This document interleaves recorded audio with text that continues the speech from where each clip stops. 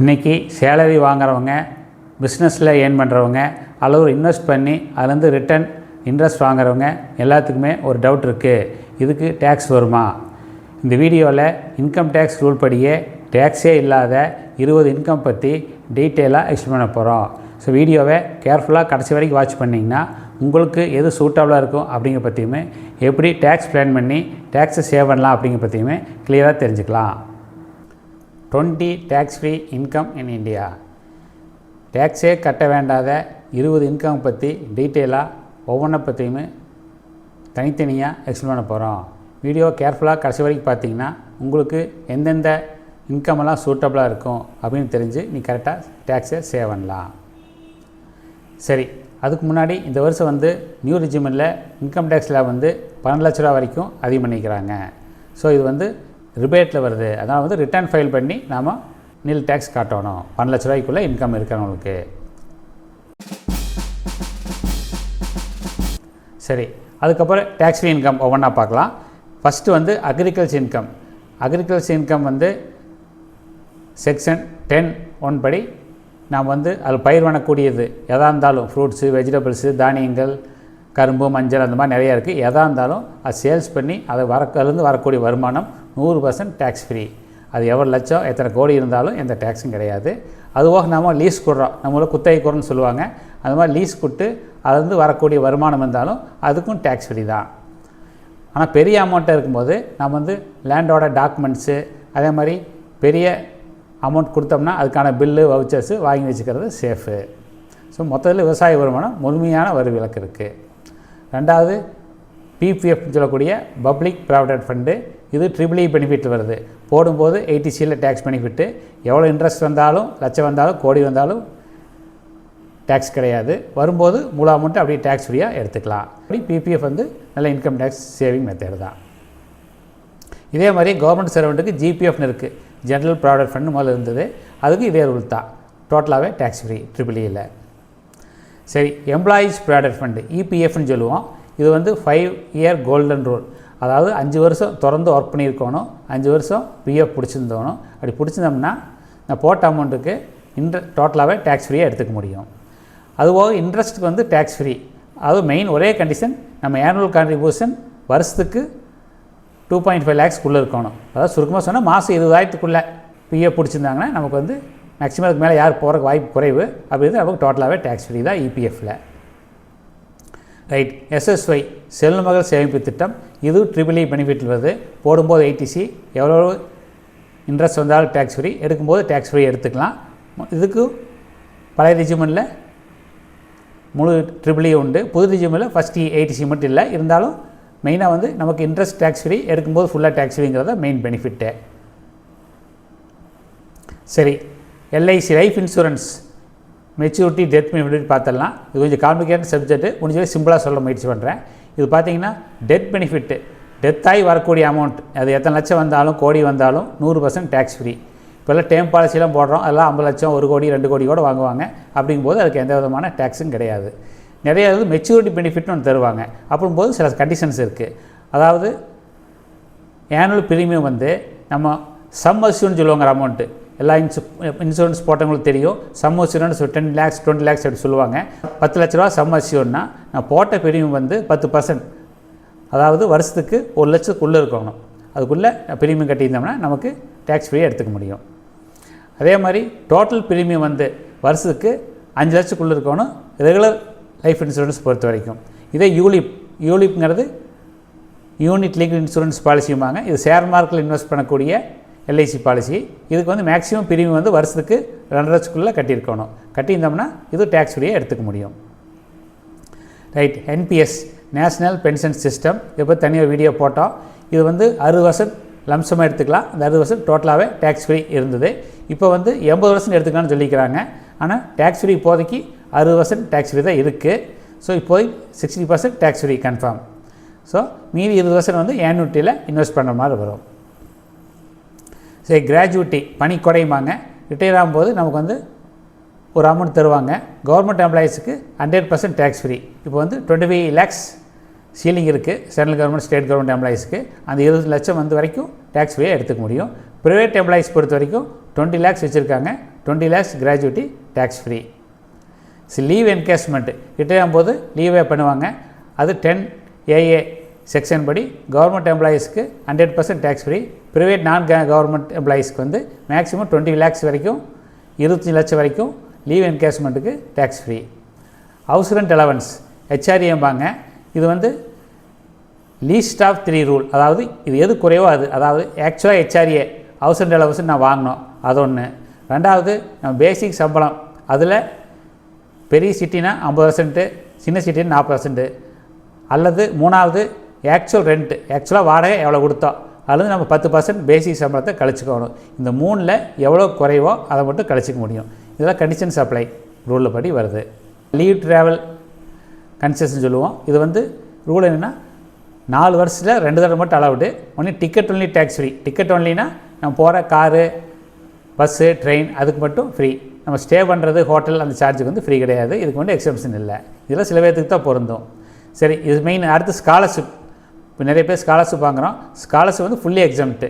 எத்தனை லட்சமே இருந்தாலும் அது ஃபுல்லி டேக்ஸ் ஃப்ரீ, எந்த லிமிட்டும் கிடையாது. Savings also tax free. இது என்ன மீனிங்னா, சப்போஸ் நம்ம 1 லட்ச ரூபா ஸ்காலர்ஷிப் வாங்குகிறோம், நம்ம காலேஜ் ஃபீஸு மற்ற எல்லா ஃபீஸ் சேர்ந்து ஒரு 80,000 தான் வருது. அப்படி வச்சுட்டா கூட நமக்கு இதில் 20,000 ரூபா சேவ் ஆகுது. அந்த 20,000த்துக்குமே டேக்ஸ் ஃப்ரீ தான். டோட்டல் வாங்கினா 1 லட்சத்துக்கு டேக்ஸ் ஃப்ரீ. அதை முழுமையாக வரி விலக்கு பெறுது ஸ்காலர்ஷிப் பொறுத்த வரைக்கும். அது ரைட். அடுத்து மிக முக்கியமான டாப்பிக்கு கிஃப்ட் ஃப்ரம் ரிலேட்டிவ். ரிலேட்டிவ்னு சொல்லும்போது ஸ்பெசிஃபை ரிலேட்டிவ் சொல்லியிருக்கிறாங்க. ஸ்பெசிஃபை ரிலேட்டிவ்ஸ் யாராருன்னா ஸ்பவுஸ். ரொம்ப முக்கியம், நோட் பண்ணிக்கங்க.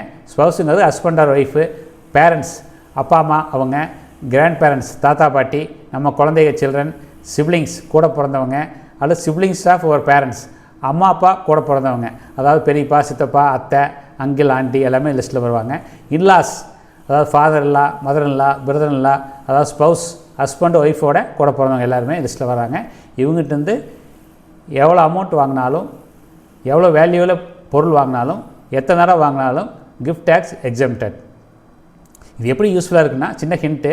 சப்போஸ் நீங்கள் ஏர்னிங் மெம்பராக இருப்பீங்க, ஒய்ஃப் வந்து நான் ஏர்னிங் மெம்பராக இருப்பாங்க, அது கொஞ்சமாக ஏர்ன் பண்ணுவாங்க. உங்கள் பேரில் வந்தோன்னா ஸ்லாபில் அதிக டேக்ஸ் வரும். நீங்கள் வந்து ஒய்ஃபுக்கு ஒரு அமௌண்ட்டு லம்சமாக கிஃப்டாக கொடுக்கலாம், சட்டப்படியே கொடுக்கலாம். அந்த அமௌண்ட்டை அவங்க பேரில் டெபாசிட் பண்ணாங்கன்னா அவங்களுக்கு வந்து டேக்ஸில் வராது. ஸோ சில நான் ஸ்பெசிஃபை ரிலேட்டிவ்ஸ் இருக்காங்க. உதாரணம் கசின், நெஃப்யூ, அதாவது அத்தை பையன், மாமா பையன், ஃப்ரெண்ட்ஸ், இவங்களாம் வந்து லிஸ்ட்டில் வரமாட்டாங்க. ரைட். அடுத்து மேரேஜ் கிஃப்ட்டு, கல்யாணத்துக்கு கொடுக்கக்கூடிய கிஃப்ட்டு. இதுக்கு வந்து 100% tax free from any one. இதுக்கு வந்து அந்த ரிலேட்டிவ்ஸ் கான்செப்ட்லாம் கிடையாது. ஃப்ரெண்ட்ஸோ யார் கொடுத்தாலும், எவ்வளோ கொடுத்தாலும் அதுக்கு வந்து 100% tax free.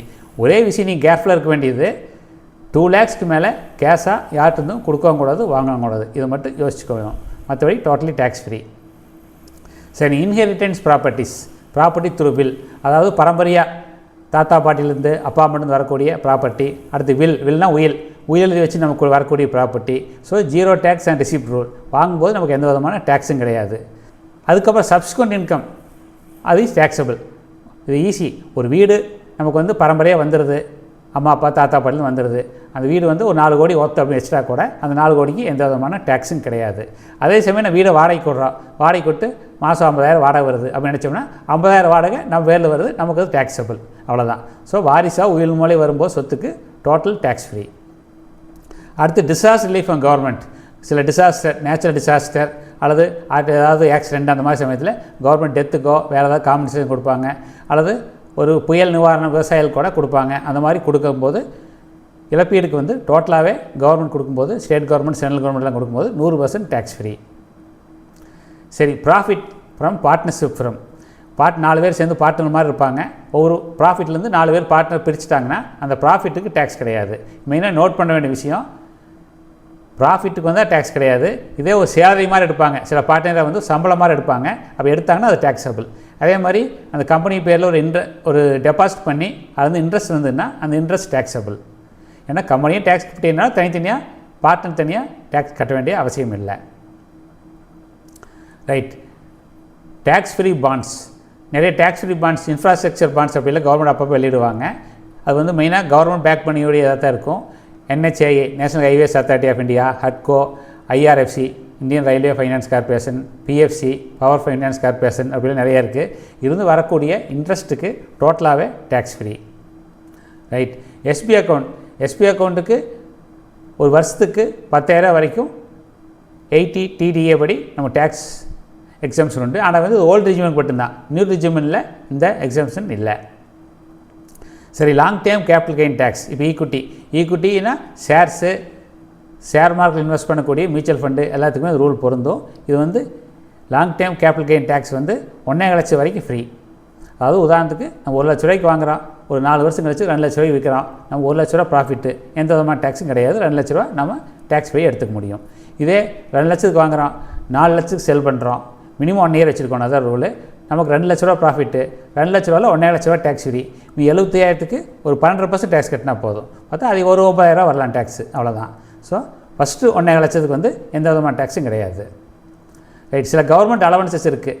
டிஏடிஏ, travel allowance, daily allowance, சில டிபார்ட்மெண்ட்டில் யூனிஃபார்ம் அலவன்ஸு, வாஷிங் அலவன்ஸ் அப்படின்னு கொடுப்பாங்க. அது மாதிரி அலவன்சஸ்க்கு வந்து டேக்ஸ் கிடையாது. ரைட். இது வந்து இந்த வீடியோ ஃபுல்லாகவே எஜுகேஷன் பர்பஸ்க்காக தான். இது வந்து ரூல்ஸ் வந்து அப்பப்போ பட்ஜெட்டில் மாறலாம், நடுவில் மாற்ற முடியும். அதுவும் இண்டிவிஜுவல் சிச்சுவேஷன் டிஃபர். இவன் 12 lakhs பெனிஃபிட்டே கூட உதாரணம் சேலரி மட்டும் வாங்குறவங்களுக்கு ஒரு 75,000 ஸ்டாண்டர்ட் டிடக்ஷன் உண்டு.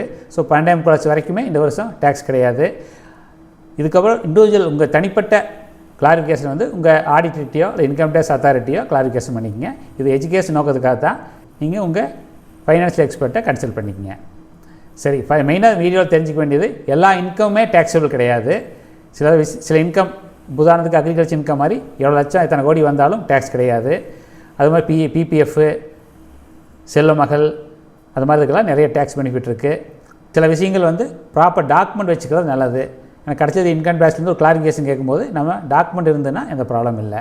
ஸோ ஸ்மார்ட் பிளான் பண்ணோம்னா நம்ம நாலேஜ் டெவலப் பண்ணுறது நம்ம எய்மு. நம்ம வந்து டேக்ஸ் கட்டாமல் இருக்கிறது தவிர்க்கிறது நம்ம எய்ம் கிடையாது. கரெக்டான பிளான் பண்ணி புதுசாக பிளான் பண்ணுறது நம்ம எய்மு. கன்க்ளூஷன் பார்த்திங்கன்னா எக்ஸாம்ஷன் வந்து கரெக்டாக அண்டர்ஸ்டாண்ட் பண்ணிக்கணும். அண்டர்ஸ்டாண்ட் பண்ணி கரெக்டாக பிளான் பண்ணோம்னா நம்ம கான்ஃபிடென்ட்டாக இருக்கலாம். So stay connect smart investment tips. Thanks for வாட்சிங். Like, share, subscribe, comment and hype our video. இதோட வீடியோவை முடிச்சுக்கலாம். இந்த வீடியோவில் நான் கொடுத்துட்ருக்கிற மோஸ்ட் ஆஃப் தி ஸ்கீமில் கடந்த 25 வருஷமாக இந்த பர்சனல் மணியை இன்வெஸ்ட் பண்ணிட்டு தான் வரேன். அந்த எக்ஸ்பீரியன்ஸ் சேர்த்து தான் வீடியோவில் கொடுத்துட்ருக்கேன். நம்ம சேனலை சப்ஸ்கிரைப் பண்ணி எல்லா இன்ட்ரெஸ்டிங் வீடியோவும் பாருங்கள்.